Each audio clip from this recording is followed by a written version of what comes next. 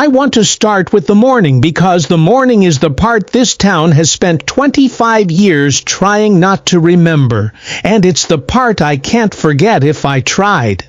It was July, before light, and the police came through the part of town where I've lived my whole life, and they went house to house, and they took people out of their beds, took them out in whatever they'd been sleeping in. There was a man they hauled off in his boxer shorts because they told him where he was going. He wouldn't need clothes. By the time the sun came up over the panhandle, they had arrested around 46 people in a town of 5,000, and nearly all of them were black, which doesn't sound like much until you understand that the black people in Tulia were maybe a few hundred souls all told. So what they took that morning was something like a tenth of us, a tenth of an entire people in one sweep before breakfast. They charged them all with dealing cocaine. And here is the thing I need you to hold on to through this whole story, because everything turns on it. There was no evidence, none. No drugs were found in those houses that morning. There were no photographs, there were no recordings, no video, no audio, not 1 second of it. There were no other witnesses, not a single other officer who'd seen any of it happen. There was one thing, and one thing only, holding up every one of those arrests. The word of one man, one white stranger who'd been in our town about 18 months, who claimed he'd been buying drugs from us all that time, and who kept his notes. I am not making this up, written on his own leg. The word of that one man was enough to take a tenth of us. And the part that still keeps me up, the part that's harder than the morning itself, the town believed him. My town. The good people of Tulia. The ones who'd known these defendants their whole lives, who'd coached them in Little League, and sat behind them in church, and sold them groceries when one stranger with a badge said your neighbors are all dealers. The town said, well, all right then, and it locked them up, some of them for 90 years. So let me tell you how a thing like that happens. Because it didn't happen because Tulia was a town full of monsters. I've lived here my whole life, and I'll tell you, plain it isn't. It happened for a reason that's much more ordinary and much more frightening, and I'm afraid it could happen in your town too. Tulia sits up in the Texas Panhandle flat country, farm country, where the land runs out to the edge of the sky in every direction, and the biggest thing for miles is the grain elevator. A few thousand people, county seat of Swisher County. The kind of place that was poor and getting poorer, no money in it. The young people leaving for the cities, the farms struggling, mostly white. There was a small black community, the way a lot of these little Texas towns have down on one end, going back generations, and we had our churches and our families and our place. And for the most part, the town worked the way these towns work, everybody knowing everybody, which is a comfort and a cage at the same time. And in the years I'm talking about, there was a thing going on all over the country that you have to understand to make sense of what happened here. The war on drugs. And it wasn't just a slogan. It came with money. The federal government was sending money down to little places like ours to set up special drug task forces, and here's the wrinkle that did us in. The money kept coming based on how many arrests you made. The more people you busted, the more grant money your task force got the next year. You see what that does? It turns arrests into a crop. It gives a poor county a reason to want drug dealers to need them, almost because dealers on paper are dollars. So our county joined up with one of these regional task forces, and the task force needed somebody to go undercover in Tulia to root out the drug trade that the thinking went must be there the way it was everywhere on the television. And the man they sent us was named Tom Coleman. I've had a long time to think about Tom Coleman, and I've landed somewhere that surprises people. I don't think Tom Coleman is the most important person in this story. He's the obvious villain, and he earned every bit of that. But I think focusing on him lets the rest of us off the hook, and the rest of us don't deserve to be let off the hook. But you have to know who he was. He came from law enforcement. His daddy had been a Texas Ranger, a famous one, and that name opened doors for the son that the son could never have opened himself, because the son was a mess. He'd worked a string of police jobs and left them under a cloud, the kind of leaving where you quit before they can fire you. He was deep in debt. While he was right here in Tulia supposedly working undercover for us, there was a warrant out for him in another county for theft for stealing gas with a county card. And there were people who'd heard him use the ugliest words there are for black people. Heard him say them right out loud in front of other officers, and nobody did a thing about it. That was the man whose word took a tenth of us, and the people in charge, the sheriff, the prosecutor, some of what I just told you they knew. They knew about the warrant, and they kept it quiet, and they put him on the stand anyway. For 18 months he claimed to be making buy after buy, more than 100 of them. And there were tells if anybody had wanted to see them. Every single buy he claimed was powder cocaine, the expensive kind. But the few folks in Tulia who did mess with drugs couldn't have afforded powder.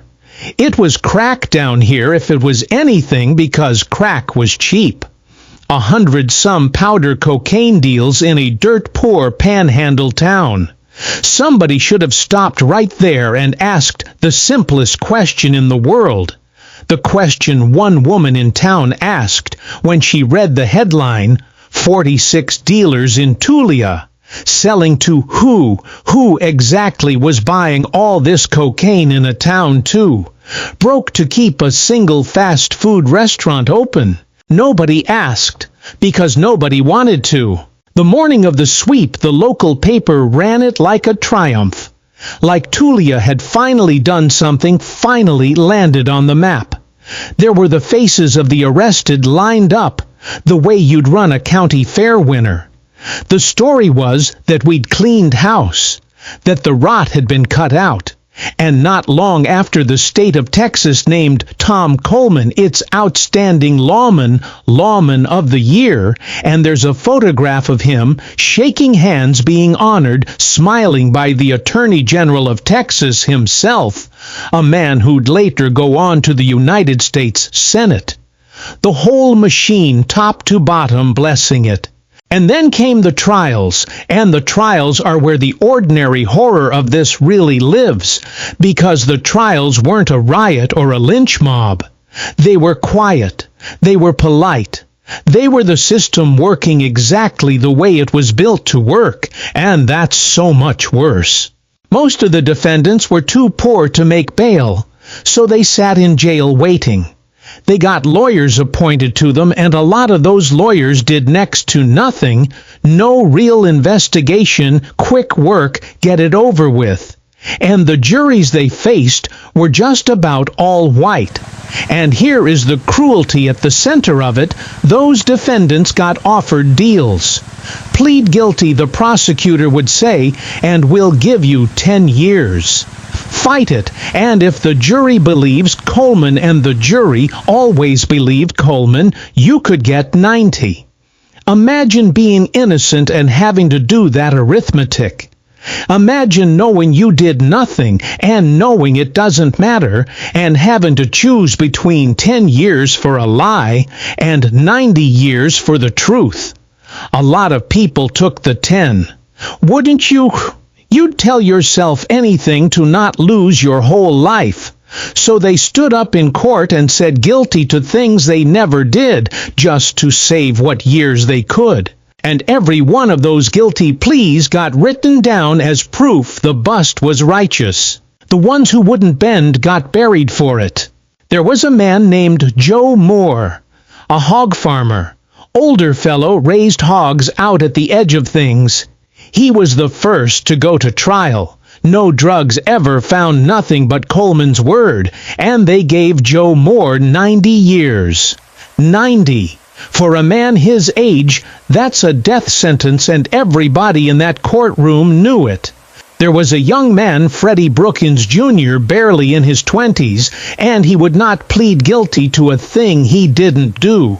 He insisted on his trial, and the jury that convicted him and sent him away for 20 years, that jury had his own coaches on it. The men who'd coached him in youth basketball in Little League, men who had known that boy since he was small enough to need help with his glove. They knew him, and they took the word of a stranger over the boy they'd coached. That's the detail I'd give you if I could give you only one. Not because those jurors were evil, because they weren't. They were regular Tulia men who could not let themselves believe that the badge would lie to them, and so they made themselves believe that the boy they'd known his whole life was a drug dealer instead. That's the trade the human mind will make to keep its faith in authority. It will sacrifice the neighbor it can see to protect the system it can't. The sentences ran up into the hundreds of years across all the cases. The prosecutor went after them hard, went hardest. Some said at the ones with clean records and decent families, the ones who looked most like they had something to lose. The only people he let go were the ones with alibis so airtight even he couldn't get around them. There was a woman, Tanya White, who Coleman swore had sold him cocaine in Tulia on a certain morning at a certain hour, and she had a bank record proving she'd been in Oklahoma City that very morning, signing for a withdrawal hours away. Her case got dropped. But by then her own brothers and sister had already been sentenced, the three of them, to something near 100 years between them. Same family.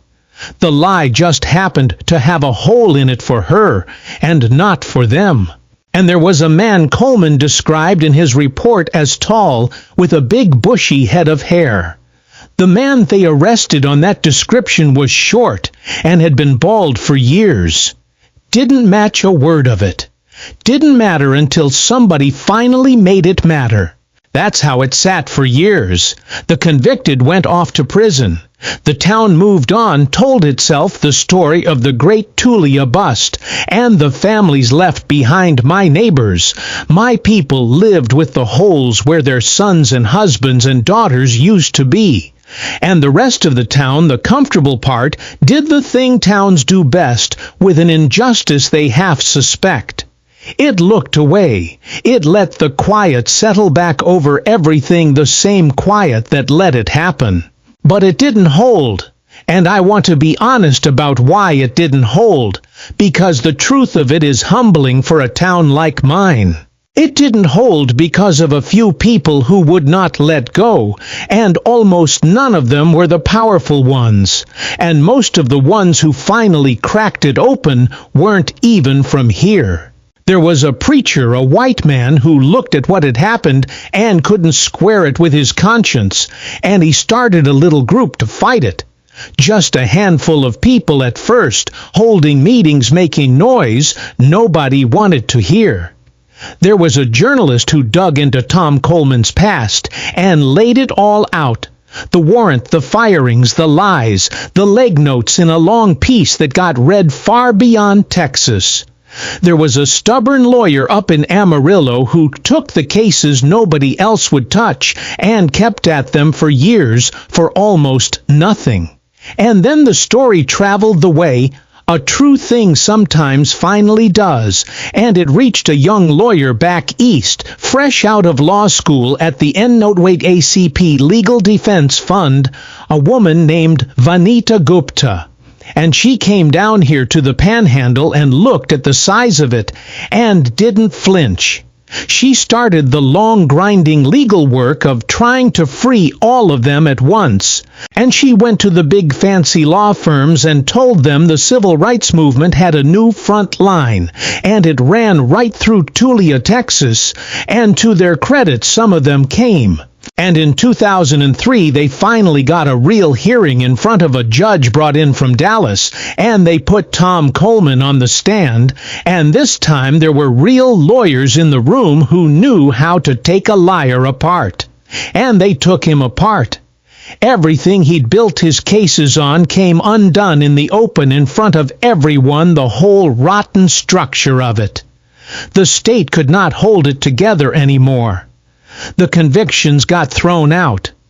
That summer the defendants who were still locked up walked free, and in August the governor of Texas pardoned 35 of them. Tom Coleman was put on trial himself for perjury for lying under oath, and he was convicted of it. Though I'll tell you how that ended because the ending matters. The man who helped send Joe Moore away for 90 years got probation. No prison. The town that the task force operated under paid out a settlement, several $1 million, split among the people whose lives it had stolen, and a third of that went to the lawyers the way it does. The task force itself was shut down, and the state of Texas passed a law that you couldn't do this anymore, that you couldn't convict a person on the bare word of one undercover officer with nothing to back it up. They had to learn that. They had to pass a law to make themselves promise not to do again the thing they'd just done to us. So you could call it justice. The records were cleared. The people came home. The system very slowly admitted it had been wrong, and in the histories that's how it gets written. A story of injustice turned into justice, the system correcting itself in the end. But I lived here, and I'm telling you, it doesn't feel like a story with a happy ending. It feels like a story about how much it costs to undo even one morning's worth of harm, and how the cost never gets paid back, not really. Because what did they come home to? Joe Moore was an old man by the time he got out, and he'd spent 4 years of the few he had left in a cell for nothing. Young Freddie Brookins came home and said the thing that I think is the truest sentence anybody said in this whole affair, that he'd missed seeing his children grow up. You can pardon a man. You cannot give him back the years he was gone, while his babies learned to walk and talk and ride a bike without him. There's no settlement check that buys those back. There's no governor's signature that unmisses them. Marriages had ended. People had lost their health inside. Some came out angry and stayed angry, and who could blame them? Some came out and just wanted to be left alone to be a person again instead of a case. And the town, my town, never really sat down and reckoned with it out loud. There was no great meeting in the square where Tulia stood up and said, "We did this, we the people of this town, we let one man's word be enough," because the people he accused were people we'd already half decided to believe the worst about. That conversation never happened. The pardons let everybody off the hook for having to have it. The records got cleared, and a town's conscience got cleared right along with them a little too easily. And that's where I've landed after all these years, on the hard moral knot of it. The easy version of this story has one villain, and his name is Tom Coleman, and if you just get rid of the bad apple, the barrel's fine. And Coleman was a liar and a racist and a thief, and he belongs at the bottom of this. I won't say one soft word for him. But if Tom Coleman is the whole story, then the rest of us are just his victims too, and that's not true. Tom Coleman couldn't have done a thing to us by himself. He was one man with a story. It took a whole town to make his story come true. It took a sheriff and a prosecutor who chose not to look too hard. It took lawyers who didn't fight. It took jurors, decent men. Men who coached children who decided it was easier to believe 40 of their black neighbors were criminals than to believe one white officer was a liar. It took a paper that ran it like a victory. It took a state that gave the man a medal. And it took everybody else, the great comfortable middle of the town, who heard the number 46 and felt somewhere down low that it was probably about right, that it confirmed something they already quietly believed about who we were down on our end of town. That's the part that didn't get pardoned.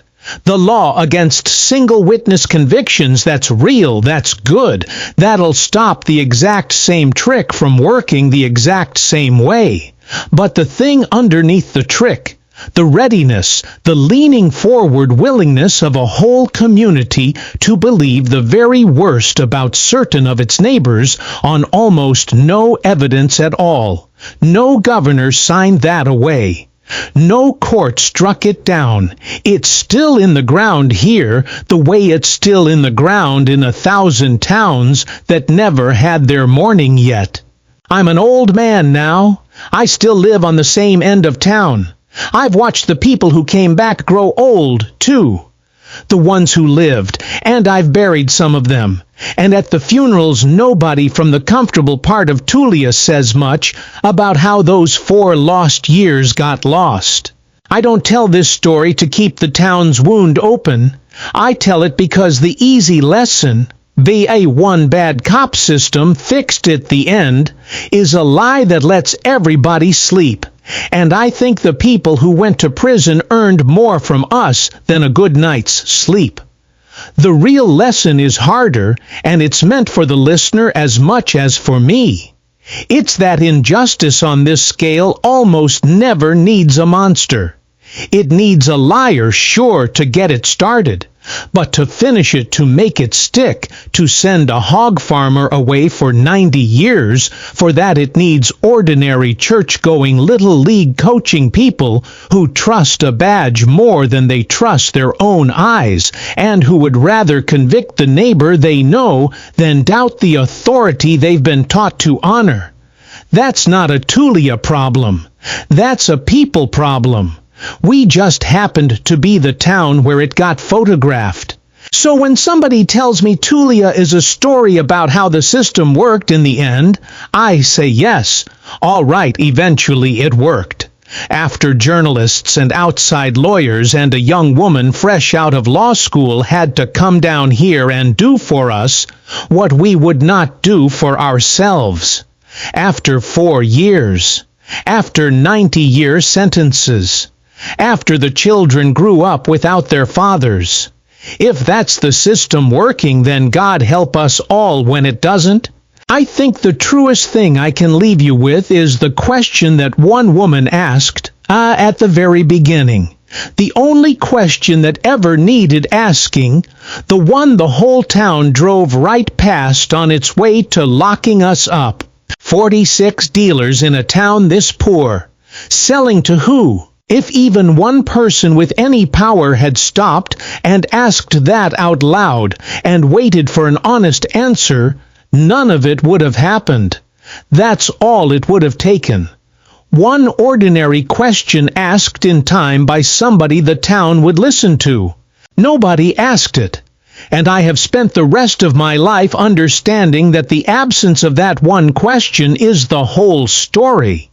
Not the lie the stranger told. The question the town wouldn't ask because it already quietly liked his answer.